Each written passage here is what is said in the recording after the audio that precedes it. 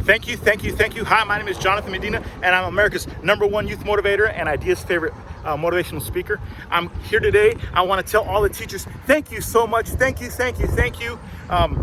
When I was in school, I had a counselor who told me that I was never going to get into the college that I wanted to. I was never going to make it if I did get into that school. And so I want to thank you for being the kind of teachers. I know your students are still young, but I love that you all help create a vision for these students that they can all be prepared to go to college, that there's no excuses. And so right now, I know things are difficult. I know that you have to stay home. I know that the students are having to be home.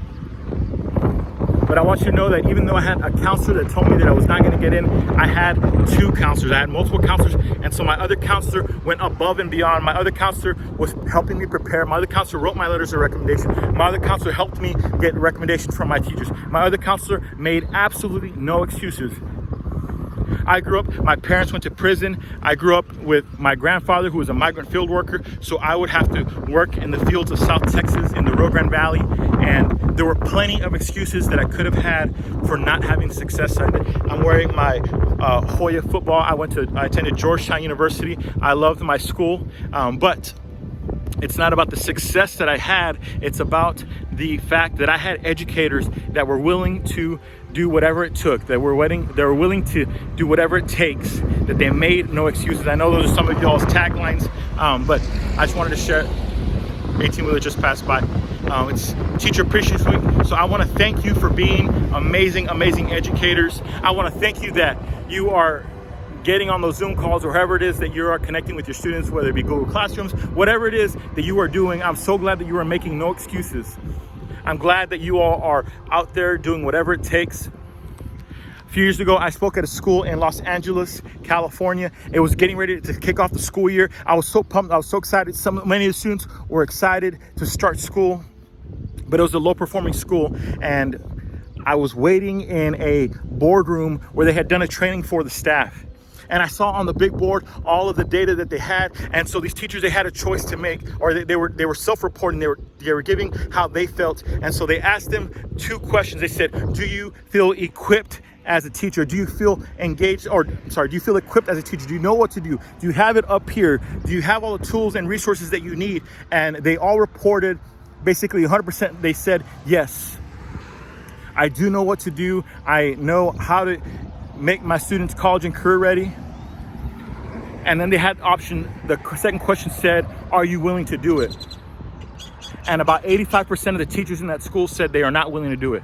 They're not willing to make no excuses. They're not willing. I know it's hard this year. They were in a bad area. The kids were poor. The kids hadn't been involved in gangs. There was all kinds of excuses that they were making for themselves.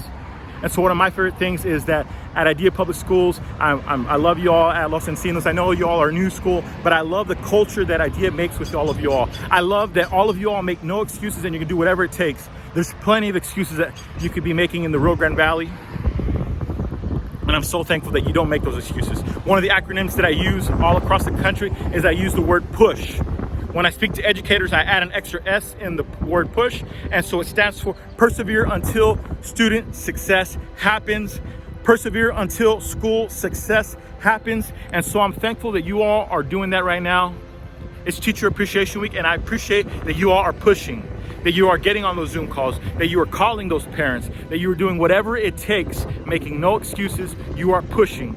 So thank you so much. I would not have been able to make it into the university. I would not have been able to be the first in my family to graduate. I would not be able to have started my business and have a career where I'm getting to motivate students all across the country had it not been for my educators. So I'm so thankful for Miss Rodriguez when I was in middle school. I'm so thankful for Coach Guzman. I'm so thankful for many more. Coach Cavazos. I'm so thankful for Dr. Shinneman. I'm so thankful for all of my teachers, because I would not be the man that I am today. I would not be the leader that gets to motivate students all across the country. And so thank you for allowing me to partner with you all. Thank you for allowing me to be a part of your Teacher Appreciation Week. You all are awesome. You are champions.